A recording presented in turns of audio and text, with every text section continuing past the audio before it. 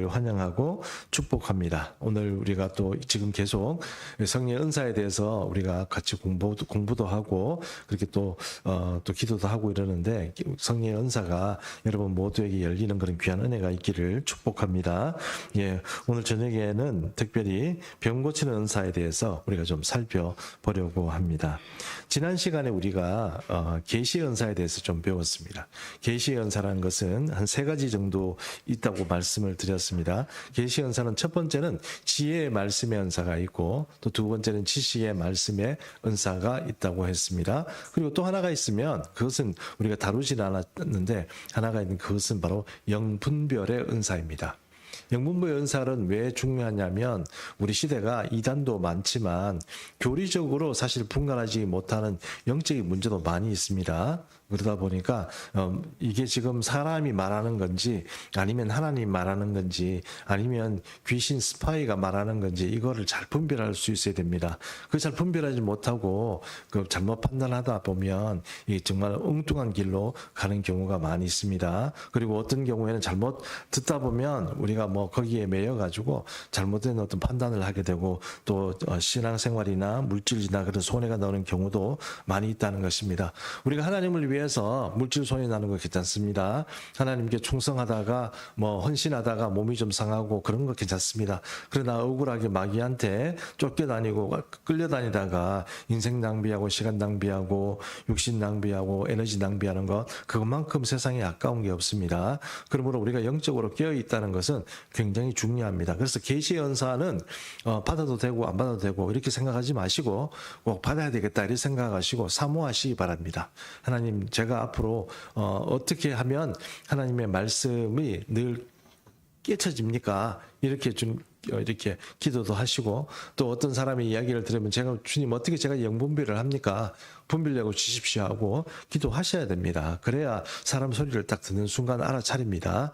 그리고 참 우리가 그걸 가지고 뭐 왜 마귀가 얘기하냐 이렇게 얘기할 수는 없잖아요. 그렇지만 본인 알아듣는 사람은 알아들어야죠. 그거는 본인의 순수하게 책임입니다. 영적인 세계에서 그런 것들이 굉장히 중요하기 때문에 영분별의 의사, 특별히 지혜의 말씀의 은사, 지식의 말씀의 은사, 영분별의 은사 이런 것들은 꼭 우리가 구별을 해야 되겠다 하는 것입니다. 특별히 우리 시대일수록 그게 더 중요해진다는 것을 꼭 여러분 아셔야 됩니다. 이것은 꼭 남의 이야기가 아닙니다. 우리도 신앙생활 하다 보면 우리도 이렇게 지치기도 하고 뭔가 원인을 모르게 우리가 엎어질 때도 있습니다. 또 이 마음에 어떤 이런저런 어려움들이 있기도 하고 또 괜히 이상하게 어디서 오는지 모르지만 뭐 예배 시간만 되면 잠 오는 사람도 있습니다. 예배 시간 오면 잠하고 설교만 들으면 다른 사람은 재밌다고 그러는데 나만 재미가 없는 사람도 있습니다. 뭐 그런 사람도 있고 뭘 희한한 일이 다 있습니다. 그때마다 그게 어떤 외부적인 문제인지 아니면 나 자신이 진단해보고 이걸 영적으로 분별해가지고 지금 마귀가 더러운 귀신이 내 눈과 심령을 가리는 건지 그걸 살펴내야 되는 겁니다. 본인이 알아내고 차리고 그것을 이겨내야 되는 겁니다. 그래서 영분별의 은사가 성령의 은혜 가운데서 우리가 꼭 필요하다는 것입니다. 물론 그 정도는 있겠죠. 정도는 필요하겠지만 뭐 예를 들어서 아주 강력한 어떤 능력을 가지고 있는 사람들 그런 사람들은 딱 보고 알거나 아니면 우리가 얘기하지 않아도 뭐 다 알겠죠. 뭐 그런 사람도 있을 수 있습니다만 일반적으로라면 우리에게 닥쳐오는 어떤 그런 환경에서 잘 분별할 수 있는 그런 은혜들이 우리에게 필요하다는 것입니다. 어쨌든 성령의 은사는 우리 시대에 우리가 어떤 사람이 생각하는 것처럼 일부 사람에게 해당하거나 일부 사역자에게만 주는 거다 이렇게 생각하면 곤란합니다. 지금 이 고린도전서 12장을 통해서 이 사도 바울이 얘기하는 것은 디모데나 아니면 바나바나 아니면 베드로나 그런 사람만 이 은사가 있으라고 얘기하는 게 아니고 고린도 교회에 있는 사람들 그런 사람들에게 이런 은사가 있었으면 좋겠다 하고 지금 권고하는 말씀입니다. 그런데 이 은사를 어떤 사람이 이렇게 생각합니다. 오늘 얘기 보니까 어떤 이에게 또 어떤 이에게 뭐 다른 이에게 뭐 이렇게 돼 있으니까 뭐 은사를 한 사람은 하나만 가지는구나 이렇게 생각하는데 사도 바울은 그렇지 않습니다. 은사를 가지다 보면 이게 네트워크가 됩니다. 연계가 됩니다.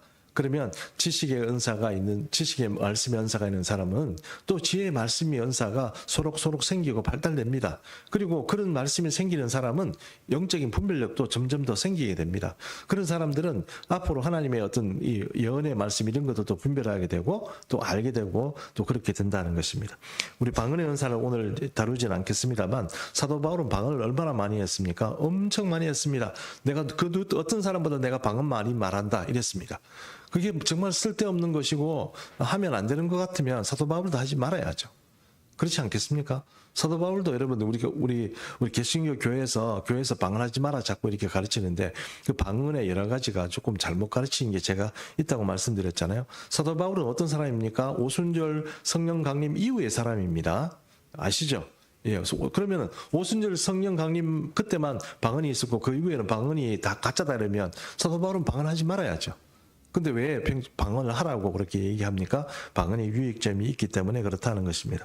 어쨌든 성령의 은사가 사도 바울은 지금 이 고린도전서 12장을 통해서 9개를 얘기합니다. 그런데 우리가 다 하나님께서 우리에게 주실지 아니면 일부 우리에게 주실지 모르지만 일부가 되었던 다 받든 아니면은 뭐 조금씩 이렇게 받든 어떤 형태로든 우리가 성령의 은사를 받는 게 중요하다는 것입니다. 예수님께서도 우리에게 말씀하시길 성령을 받으라. 성령을 구하면 주신다. 이렇게 말씀하셨지 성령 받지 마라. 그런 은사 필요 없다. 이렇게 말씀하신 적은 한 번도 없습니다. 그리고 예수님의 제자들도 전부 다 불러서 병 고치는 은사, 뭐 귀신을 쫓아내는 은사 그런 것들을 다 가르치시고 그럼 훈련시키셨습니다. 그러면 우리가 예수님의 제자라고 그러면 최소한 우리 가정과 우리 삶에 드리우신 그리고 내 삶을 가로막고 내 앞길을 장래를 가로막고 있는 약한 것들과 싸워서 이겨내야 되는데 그런 것들을 다 수용해버리고 뭐 다른 사람은 뭐 어떻게 뭐 은사가 있나 없나 이런 거 판단한다 그러면 그건 여러분 성령의 은사에 대해서 조금 잘못한다는 겁니다. 은사는 성령은 우리가 받아야 되고 성령의 은사도 우리가 구비해야 한다는 것입니다. 그러므로 그 말 자체를 여러분 꼭 우리가 이해하고 또 마음을 열어야 됩니다. 그래야 은사가 우리에게 옵니다. 마음을 닫고 뭐 그거 안 받아도 돼 이렇게 하면 안 주죠. 안 그렇겠습니까? 그 귀한 걸 안 주죠. 어떤 분들이 이렇게 얘기하거든요. 성령 은사 지금 안 받아도 돼. 나중에 뭐 내가 조금 더 여유가 있고 내가 좀 더 기도하고 싶을 때 그때 가서 성령 은사 받지 뭐 이렇게 얘기하는 분이 계시는데 그때 안 줍니다. 그때 안 주세요.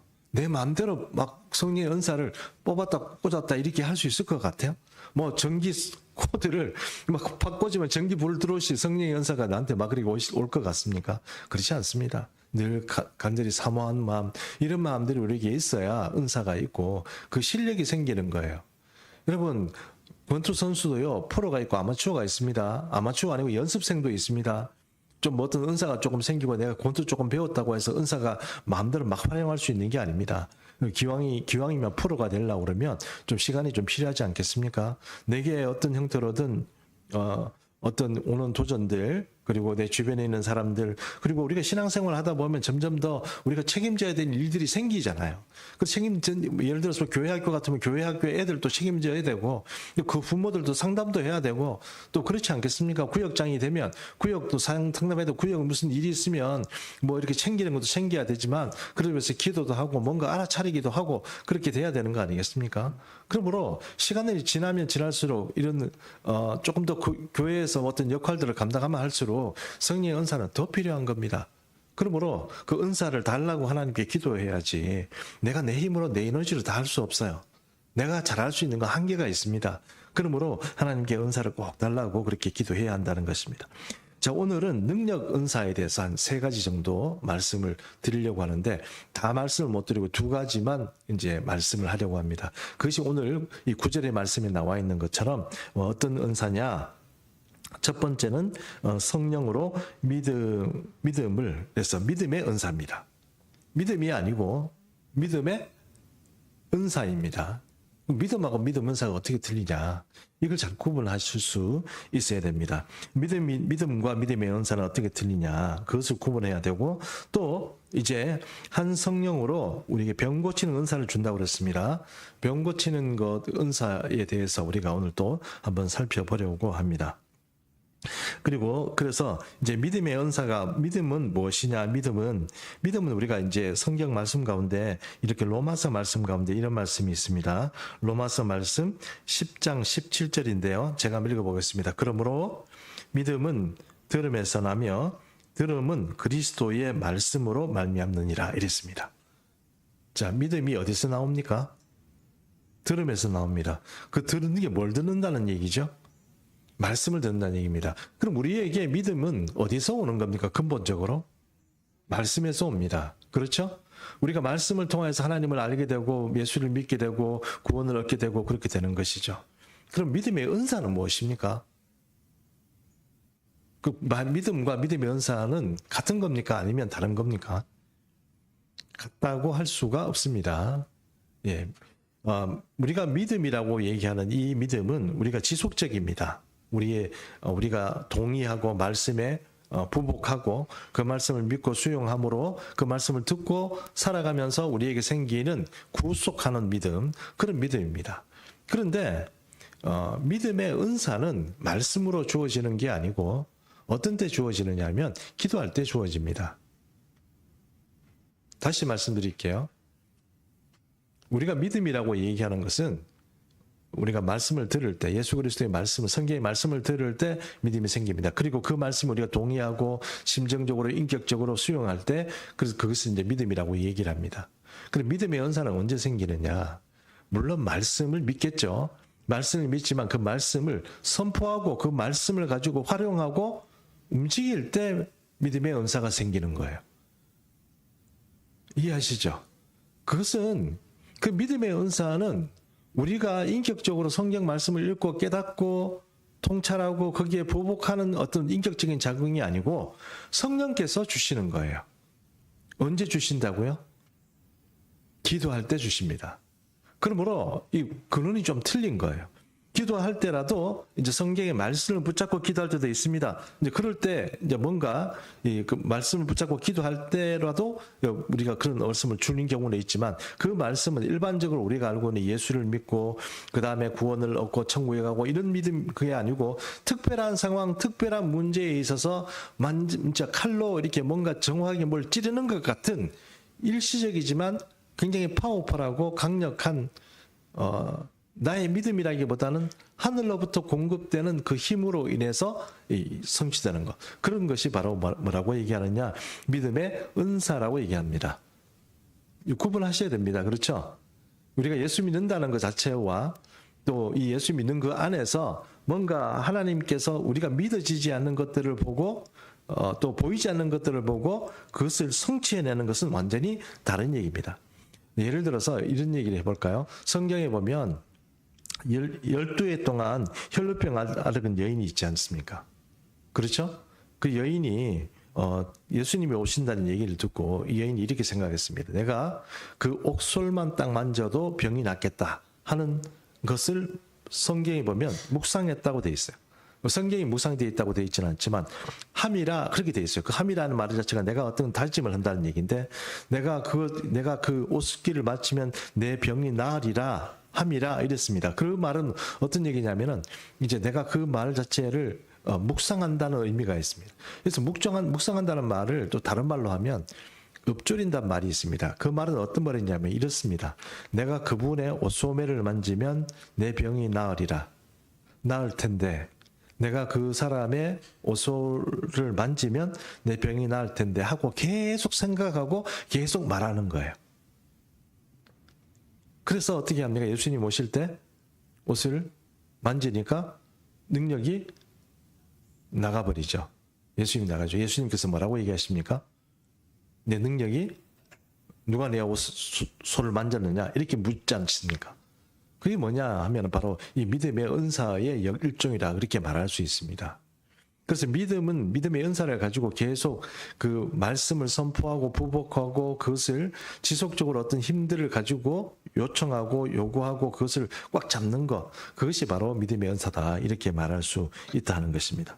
믿음의 은사에 대해서 성경은 또 이렇게 말합니다. 야고보서 5장 15절 말씀인데요. 야고보 5장 15절에 이렇게 말합니다. 믿음의 기도는 병든 사람을 구원하리니 주께서 그들을 일으키시리라. 혹시 죄를 범하였을지라도 사하심을 받으리라 이렇게 말했습니다. 야고보서의 말씀은 뭡니까? 야고보 사도는 믿음으로 사람들이 이렇게 만약에 병이 걸리면 교회의 지도자들을 초청을 해서 기도해 달라고 해라 이런 겁니다. 그 교회 지도자가 능력이 없으면 어떻게 해요? 믿음이 없고 못 고치죠, 뭐. 못 고치죠. 제가 교회 지도자가 되다 보니 그게 좀 갑자기 뜨끔한 얘기입니다만, 그럼 못 고치면 안 되죠. 고쳐야죠. 그 야고보서 얘기하는 건 뭡니까? 그러니까 그 지도자라는 것은 최소한 하나님이 보시기에 인정하고 하나님이 인정한 그런 지도자가 되어야 되겠죠. 그냥 목사가 된다 이런 것보다는 하나님이 원하시는 지도자가 되고 성령의 은사가 있는 사람이 되어야 된다는 겁니다. 그런 사람이 주님 앞에 기도하고 이렇게 해서 낫게 한다는 것입니다. 그것이 야고보 5장 15절의 말씀입니다. 또 믿음으로 얻는 그런 어떤 간증인데, 제가 뭐 여러 가지 그 믿음의 간증에 대해서 얘기할 거 많이 있습니다만, 오늘 뭐 제가 자주 한 이야기 중에 오래간만에 또 하나 얘기를 또 한번 꺼내서 여러분과 한번 이야기하려고 합니다. 마가복음 11장 23절과 24절인데요. 제가 한번 읽어보겠습니다. 내가 진실로 너희에게 이르노니 누구든지 이 산들어 들리어 바다에 던지라 하며 그 말하는 것이 이루어질 줄 믿고 마음에 의심하지 않으면 그대로 되리라. 그러므로 내가 너희에게 말하노니 무엇이든지 기도하고 구한 것은 받은 줄로 믿으라. 그러면 너희에게 그대로 되리라. 이 말씀을 가지고 제가 예전에 한번 미국에 있을 때 중염 걸려가지고 한번 그런 적이 있습니다. 이거 제가 한번 간증한 적이 있지만 오늘 처음 듣는 분이 계시기 때문에 잠깐 간증하겠습니다. 미국에서 왼쪽 귀에 이 중이염이 걸렸습니다. 근데 이 중이염을 고칠 수 있는 방법은 제가 아는 한 병원에 가면 천공을 합니다. 고막을 뚫어서 주사기를 넣고 그 안에 물이 차 있는 것은 물을 뺍니다. 이제 우리가 고름을 뺀다고 그러죠. 고름을 빼고 그다음에 항생제를 투약하고, 그리고 며칠 있다가 또 한 1, 2주일 있다가 다시 가서 또 확인하고, 만약에 물이 또 차 있으면 또 빼고 또 항생제 처방하고, 이런 식으로 해서 치료를 하는 거예요. 근데 그때 제가 공부할 때인데 돈이 너무 병원에 가서 일단 방문하고 의사를 보는데 300불이에요. 요즘 돈으로 하면 거의 한 40만 원 되는 거죠. 치료하고 그러면 아마 제 생각에는 한 1,000불 들어가면 요즘 우리나라 돈으로 한 120만 원 이렇게 아마 들어가지 않겠나 싶습니다. 우리 병원에 가면 한 10,000원 안에 다 해결될 걸 그만큼 비싸게 줘야 되는 거예요. 엄두가 안 나는 거죠. 학비도 잘 없는데 제가 그걸 도저히 못 하겠더라고요. 그래서 좀 미루면 좀 낫기지 안 낫더라고요. 나중에는 이게 막 잘 때 이렇게 누워 자면은요, 이렇게 머리를 조금 흔들면은 머릿속에서 시냇물 소리가 좌르륵 소리가 막 들리고 그랬어요. 귀 안에서 들리니 얼마나 잘 들리겠습니까? 그런 소리가 막 들리고 그러니 이걸 어떻게 해야 되나 고민하다가 나중에 한 2주 정도 지나니까 도저히 못 견디겠는 거예요. 학교에 수업을 가는데 안 그래도 영어로 막 그렇게 강의하고 그러면, 물론 번역은 좀 이렇게 또 합니다만은 들을 때마다 머리가 아픈 거예요. 머리가 깨질 듯이 아픈 거예요. 안 그래도 힘든데 거기에 소리가 막 제대로 안 들리게 막 이명처럼 그렇게 막 들리고 웅웅 하는 물속에 들어가 있는 소리 같은 게 막 들리고 그러니까 너무 힘들었습니다. 그러니까 도저히 안 되겠다 이래가지고 한 번은 제가 침대 위에 꿇어앉아서 주님 이거 어떻게 할까요? 이거 안 고쳐주면 저 이제 안 됩니다. 이제 믿음으로 내가 주님 앞에 오늘 나갑니다. 이러면서 이 성경의 말씀 마가복음 11장 23절 4절 말씀을 붙잡고 계속 기도했습니다. 기도하는데 어느 순간 되니까 마음이 편안해져요. 뭔가 고쳐주실 것 같은 그런 믿음의 확신이 생기더라고요. 한 30분 기도한 것 같아요. 그래가지고 이제 고쳐지는 것 같다. 이렇게 이제 기도를 그만하려고 그랬더니 고쳐지지는 않고 갑자기 어떤 이상한 존재가 와서 저한테 이렇게 얘기하는 거예요. 야, 너는 목사가 돼서 여기까지 공부하러 왔는 놈이 그 이상한 그런 신앙을 가지고 있냐. 그런 거는 저 어디 기도원 같은 데 가서 막 주여 하고 불받아 뭐 이런 그런 거 하는 사람이나 하는 거야. 너 같은 그런 조금 이렇게 성경 공부하고 뭐 이런 학문적으로 그렇게 하는 사람이 그런 거를 구하면 안 돼. 그런 거는 그렇게 하는 게 아니야. 좀 뭔가 넌 이까지 와가지고 좀 이단적인 사상을 가지고 그렇게 있냐? 뭐 이렇게 막 얘기하는 거예요. 얘기를 우리처럼 그렇게 말하지는 않는데 가만히 있으니까 말을 그렇게 막 해요. 그게 누구겠습니까? 막이죠. 그러니까 갑자기 제가 믿었던 마음들이 어떻게 해요? 의심이 생기는 거예요. 아, 내가 잘못 믿는 거구나. 잘못 믿는 거구나. 이런 생각이 막 드는 거예요. 그러니까 도저히 안 되겠다 이래가지고 다시 성경 말씀을 꺼내놓고 막 읽었습니다. 읽고 외우고 외운 대로 선포하고 막 계속 외우고 선포하고 계속 얘기했습니다. 계속 막 그런 생각이 들 때까지 들면 계속 들 때마다 입 다물고 가만히 있다 또 그 생각이 들면 또 선포하고 막 그렇게 했습니다. 상당히 지루한 싸움이 벌어졌어요. 얼마나 벌어진지 모르겠는데 제 생각에는 한 시간 정도 계속 밀고 당기는 어떤 그런 시험이 좀 벌어졌습니다. 그리고 좀 있으니까 또 마음이 편해요. 그래가지고 이제 좀 끝났나 이러고 있으니까 또 요번에는 또 조금 있으니까 또 또 비슷한 게 와가지고 뭐라고 얘기하냐면은 너 신문도 못 봤냐? 신문에 기도원에서 사람 패가지고 죽였다. 뭐 이상한 치료 받다가 죽였다. 이런 완찰해가지고 죽였다는데 뭐 어떤 사람 그리고 제 집사람 친구 중에 좀 이렇게 부모님이 암 걸려서 돌아가신 분이 있어요. 그 친구가 평생토록 그 마음에 그 상처 때문에 예수 잘 못 믿는 친구가 있었거든요. 그 생각도 나는 거예요.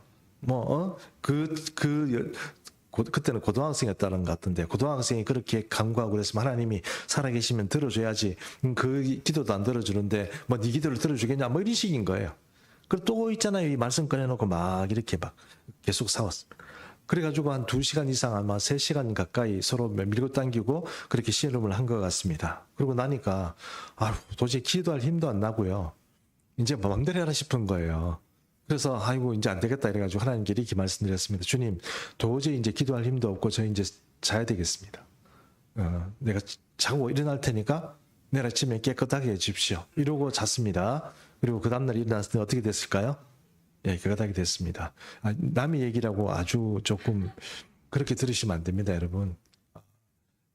제가 분명히 말씀드리지만 우리가 삶에 있어서 믿음이 없는 사람은 이 믿음의 은사를 한 번씩 사용하지 못하는 사람은 믿음이 있다고 하지만 사실은 믿음의 실력이 없는 거예요. 성령의 은사에 있어서 성령께서 주도하는 것이고 우리에게 주시는 것이지만 우리가 삶을 살면서 믿음의 승부를 내릴 때가 많단 말입니다. 근데 믿음의 승부를 한 번도 제대로 내본 적이 없다. 그거는 뭐가 문제입니까? 내가 가지고 있는 예수 그리스도의 믿음이 없다는 것은 아니지만 믿음의 실력이 실제로 하나님 나라는 말에 있는 것이 아니라 능력이 있다고 한다고 그러면 말이라는 것은 내가 믿는 그 믿음을 말하는 하나님 말씀에서 오는 그 믿음이에요. 그러면 하나님 말은 말에 있는 것이 아니라 능력이 있다 그러면 그 능력은 어디에서 오는 겁니까? 말씀의 능력인데 그 말씀의 능력도 어디에서 오는 거예요? 바로 성령의 은사가 활용되는 실질적인 것에 온단 말입니다. 그게 제대로 발휘가 안 되고 그게 사용이 안 된다 그러면 지금 내가 가지고 있는 그 믿음의 은혜가 무엇입니까? 나는 어떤 영적 싸움을 하고 있는 거예요? 그러니 여러분 뭔가 어떤 문제들 사람이 있을 때만 이거 안 되는구나 이거 내가 실패하는구나 내가 과거에 경험해 보니까 이건 안 되는구나 이 병은 못 고치는구나 자꾸 그렇게 생각하는 게 아니고 거기에 도전을 해야 되는 거예요. 이겨내야 되는 겁니다. 마귀가 우리 삶에 있어서 좋은 것만 주겠습니까? 평생 동안 시험거리 도전거리만 줍니다. 하나님은요 그것을 이겨내도록 우리에게 힘을 주시고 믿음을 주시는 거예요. 그런데 우리가 맨날 그 판판이 거기다가 물에 장애물에 맨날 걸려서 넘어지면 그게 어떻게 믿음이에요? 그게 어떻게 하나님께서 우리에게 주시는 은혜냐는 거예요. 주님은 시험을 이렇게 막아주시거나 아니면 우리 삶의 돌뿌리를 이렇게 치워주지 않습니다. 어떻게 하십니까? 넘어가도록 극복하도록 하도록 그렇게 우리에게 은혜를 주시는 거예요. 그게 믿음의 은사예요. 근데 그 믿음의 은사가 발휘되지 않는다? 그러면 그 사람의 믿음의 실력이 뭡니까? 우리가 그걸 좀 생각을 해야 된다. 그러므로 우리에게 주어지는 어떤 도전이든지 뭘 해야든지 간에 그 문제에 있어서 늘 판판이 부딪혀가지고 넘어지고 안 되는가 보다 낙심하고 실망하고 엎어지고 뭐 조금 이렇게 좀 기도하다가 치워버리고 그래가지고는 여러분 그게 안 된다는 거예요. 끝까지 싸워서 이겨야 되는 거예요. 믿음의 은사가 그때 발휘되는 거예요. 그러므로 믿음의 은사라는 것은 바로 그런 은사입니다. 믿음의 은사는 꼭 질병만 우리에게 말하는 것이 아닙니다. 히브리서 말씀 한 가지 한번 보도록 하겠습니다. 히브리서 말씀. 잠깐.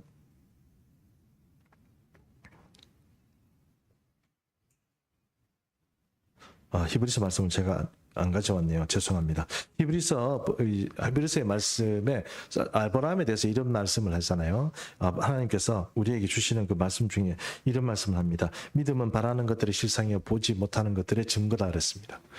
요게 바로 뭐냐 하면은 우리가 말하는 일반적인 믿음이 아니고 믿음의 은사가 말하는 겁니다. 우리가 일반적으로 이루는 그런 믿음은 우리가 그냥 우리 믿음으로 가는 것이고요. 인격적으로 그것을 수용하고 그 하나님에 대한 어떤 그런 하나님 나라를 그 믿음을 가지고 수용하는 것이고, 여기에서 말하는 아브라함이 보이지 않는 믿음을 가지고 또 선진들이 보이지 않는 그런 것을 가지고 믿고 이루어내고 성취해 나가는 것, 이것이 바로 믿음의 은사다는 것입니다. 그러면 믿음의 은사가 있는 사람은 뭐든지 할 수 있습니다. 많은 일들을 할 수 있습니다. 근데 미리 믿음의 은사가 없는 사람은 많은 일들을 포기해버립니다. 그러면 여러분, 우리가 믿음의 은사를 하나님께 달라고 기도해야 됩니까? 말아야 됩니까? 기도해야 합니다. 그럼 우리가 기도할 때 주님 믿음의 은사를 주십시오 하고 기도해야 합니다. 내가 어떤 문제를 했을 때 그 문제를 가지고 딱 붙잡고 기도할 때 이것을 이겨낼 수 있는 믿음의 은사를 달라고 기도해야 되는 것입니다. 그것이 질병의 문제가 되었던, 아니면 경제적인 문제가 되었든, 아니면 자녀의 문제가 되었든, 이것을 믿음을 가지고 해야 되는 겁니다. 그러므로 이것을 가지고 우리가 믿음 가지고 보이지 않는 것들, 또 이루어지지 않은 것들에 대해서 그런 믿음을 가지고 그 말씀을 선포하고 또 기도하며 나가는 것, 그것을 뭐라고 한다고요? 믿음의 은사입니다. 믿음의 은사 없어도 된다고 그러면 그거는 그 사람은 뭔가 진짜 성령의 은혜에 대해, 은사와 은혜에 대해서 제대로 알지 못하는 거죠. 우리가 절간에서 살아가는 사람들처럼 신앙생활을 그렇게 하는 사람들 아닙니다. 그런 사람 아니잖아요. 우리가 하나님의 은혜는 놀라운 세계고 그건 영적인 세계고 그렇습니다. 예수님도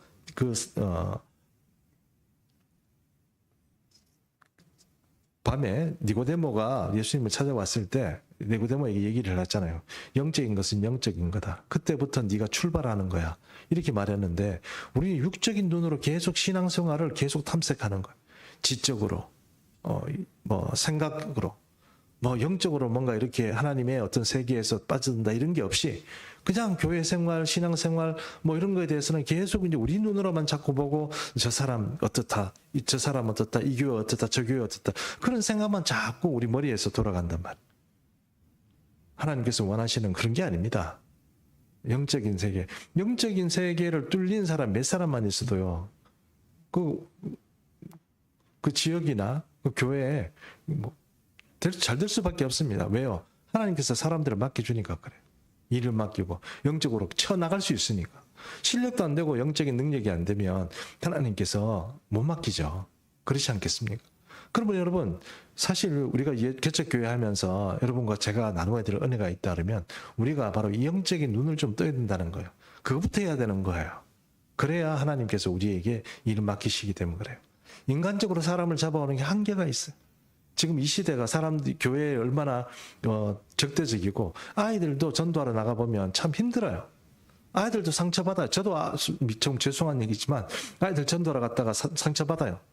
야, 네가 하나 먹을래? 이러면 됐어요. 딱 이러거든요. 그러면 그런 생각이 막 드는 거예요. 어떻게 어른이 이렇게 수고해서 나와가지고 그래도 먹을 거라도 주려고 막 이렇게 하는데 거기다 대놓고 됐어요. 필요 없어요. 그럴 때마다 얼마나 상처가 되냐는 거예요.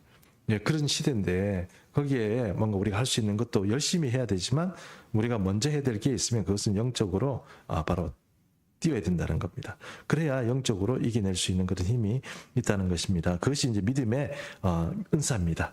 믿음의 은사는 반드시 우리 예수 믿는 충성교회 모든 성도들이라면 반드시 있어야 합니다. 어떤 교인들이, 어떤 목사님들이 여러분 성령의 은사는 있어도 되고 없어도 된다 그렇게 가르친 사람이 있으면 그 사람은 진짜로 어두운 사람입니다. 아무것도 모르는 사람입니다. 영적인 능력이 아무것도 없는 사람이에요. 그런데 그런 소리 하죠. 영적인 능력이 부족하다. 내가 이것이 있어야 되겠다. 이런 생각을 하는 사람은 그런 소리 절대 안 합니다.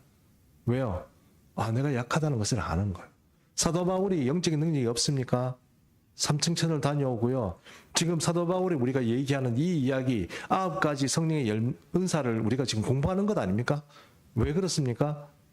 사도 바울은 이런 것들이 있기 때문에 그렇습니다. 있으니까 이것들이 중요하니까 지금 고린도 교인들에게도 말하고 자기도 이런 것을 가지고 있다고 얘기하는 겁니다.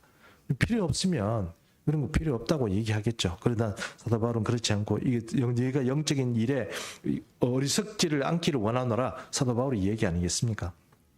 자, 그 다음에 믿음의 은사는 그렇다는 거고, 그 다음에 이제 우리가 이제 신유 은사 있지 않습니까? 이제 신유 은사는 이건 조금 어렵습니다. 신유 은사는 조금 전문적입니다. 그러니까 신유의 은사를 전문적으로 받은 사람이 얘기합니다.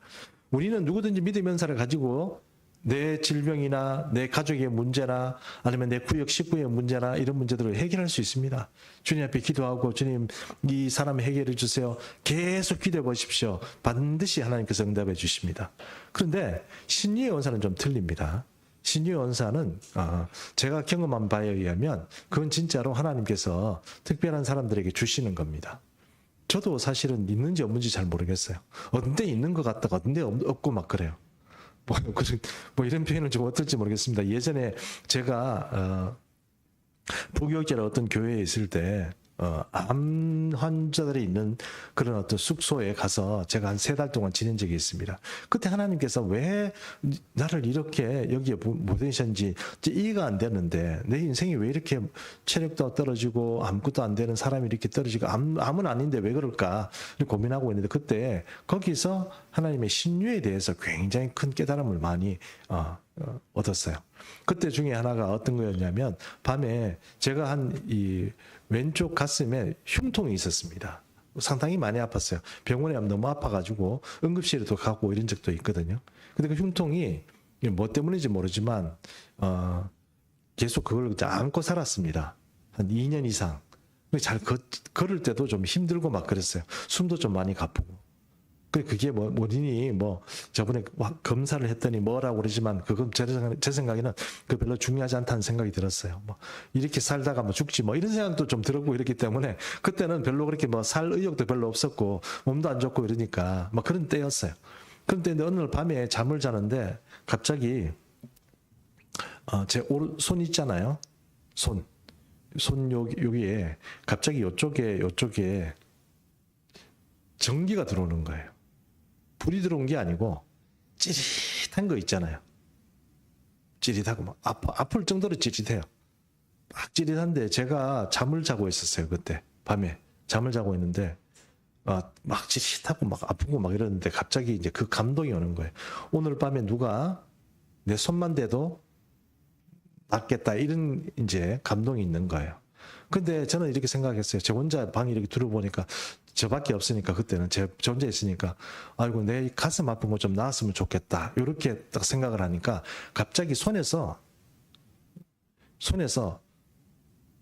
번개라고 그래야 되나 하여튼 얘기하기 좀 곤란하지 뭔가 팍 나갔어요. 나갔는데 제 등 뒤에서 누가 천사 같은 사람들이 야 여러분 유리판을 삼각형으로 이렇게 이 정도 되는 삼각형으로 유리판을 딱 있는데 둘이서 그 등 뒤에서 팍 꽂는 거예요. 딱 꽂는데 그 순간 저도 모르게 자다가 소리를 나고 이제 계속 잤습니다. 일어나야 되는데 잤습니다. 늘 아픈 건데 조금 그럴 수도 있겠지 이런 생각하고 잤습니다. 아침에 자고 일어나니까 진짜 세상에 아무렇지도 않은 거예요. 그래가지고 성령의 은사라는 것, 특별히 이 신유의 은사는 하나님께서 특별한 제가 그렇다고 해서 지금 여러분 나와서 오늘 아픈 사람 나오세요. 이거는 좀 힘듭니다. 왜냐하면 하나님께서 감동도 주셔야 되고 그 신유의 은사를 제가 하는 게 아니잖아요. 내가 가지고 있는 게 아닙니다. 이해하시죠? 하나님께서 아무리 신유의 어떤 은사를 발휘하는 사람이라고 할지라도 그 사람이 하나님께서 특정한 시기에 그 사람에게 주는 은사로서 하나님께서 하시는 거지 그 사람이 하는 게 아니에요. 제가 한다 그러면 다 고쳐드리겠죠. 병원 앞에 가서 다 전도하고 이리 오세요. 예수 믿으세요. 팍 고쳐주고 예수 믿으세요. 팍 안수해주고 그래 하죠. 근데 그게 아니란 말이에요. 하나님께서 그렇게 일하시지도 않고 그렇기 때문에 일단 지금은 입 다물고 가만히 있으면서 신유의 은사가 좀 개발되기를 뭐 기도하는 수밖에 없습니다만, 어쨌든 그런 일들이 이렇게 있었다는 것입니다. 그래서 신유의 은사라는 것은 하나님께서 일시적으로 특정한 시기에 주는 것이구나 하는 것을 알았다는 겁니다. 이뿐만 아니고 또 한 가지 사건은 여러분 한번 저번에도 간증을 드렸습니다만, 송동현이라는 친구, 그 친구가 아주 급한 일로 병원에 입원했을 때, 그때 제가 하나님 예를 찾아가서 제가 기도 한번 했으면 좋겠습니다. 어른 소망이 계속 있었습니다. 부모님도 알고 이러니까. 그래가지고 어느 순간 이제 가게 됐습니다. 근데 가게 돼가지고 병원에 갔습니다. 그 중환자실에 잠깐 이제 면회를 하는데, 거기에 가서 이제 딱 보고 손을 얹고 딱 기도하려고 딱 얹는 순간요, 여러분 진짜 하늘에서 불이 떨어지더라고요. 확 하고 불이 떨어지는데, 그 불은 지금도 제가 참 경험하지 못한 그런 불이었습니다. 완전히 사람이 지금 용광로 안에 팍 들어간 것 같은 느낌이 드는 거예요. 이게 성령의 불이구나. 그런 은혜가 쫙 이렇게 제가 스캔을 했습니다. 한번 쫙 이렇게 손으로 스캔하고 나서 이제 기도하고 스캔하고 나오니까 이제 기도가 그 불이 싹 사라지더라고요. 어쨌든 저는 저 때문이라고 얘기하는 거 아닙니다. 저 때문이라고 제가 열정이 얘기하는 게 아니고, 만약에 혹시 그때 제가 하나님의 도구로 쓰임 받았다고 할지라도 그것은 전적으로 하나님께서 하신 일이고, 결국은 하나님께서 그 특정한 시기에 어떤 특별한 사역자를 통하여서 은사를 주실 때 그것이 바로 성령의 신유의 은사다, 이렇게 말할 수 있다는 것입니다. 그래서 신유는 조금 더 전문적이다, 그렇게 말할 수 있습니다. 그러면 여러분, 우리가 신유 은사는 그럼 우리는 못 받는 것일까요? 받을 수 있습니다. 받을 수 있습니다. 특별히 신유의 은사는 제가 간증 더 있지만 다 얘기 말씀드릴 수는 없고, 제가 대표적으로 여러분하고 같이 이렇더라 하는 것을 나눌 수 있는 것은 두 개만 지금 제가 말씀드린 거예요. 앞으로 우리 교회에도 신유의 은사가 많이 나타내리라고 생각합니다. 그것은 우리 교회에도 이제 고쳐야 될 사람이 많습니다. 마음의 질병도 여러분 신유의 은사로 고치는 거예요. 육신만 고치는 게 아닙니다. 이 마귀가 우리 사람 속에 들어가서 마음도 탈내고 영적으로도 탈내고 그렇게 탈을 만들어내는 겁니다. 그 탈을 만들어내는 것을 우리가 신유의 은사로 전했습니다. 귀신을 축사하는 것도 신유의 은사의 일종이다, 그렇게 말할 수 있다 하는 것입니다. 그러므로 여러분, 우리가 사람을 고치고 사람을 전도하고 또 사람의 영혼을 제대로 된 사람으로서 어떤 그 전도하고 선교하고 그 사람을 살려내고 싶은 그런 열망이 있다 그러면 먼저 뭐부터 해야 되느냐면 바로 이런 것부터 우리가 해결해야 되는 거예요. 내 앞길도 해결 못하고 내 어떤 문제를 해결도 못하면서 남을 위해서 뭘 한다는 건 여러분 뭔가 어불성설이 있는 거예요. 뭔가 안 맞는 거예요. 내가 감당이 안 되는 겁니다. 그렇게 되면.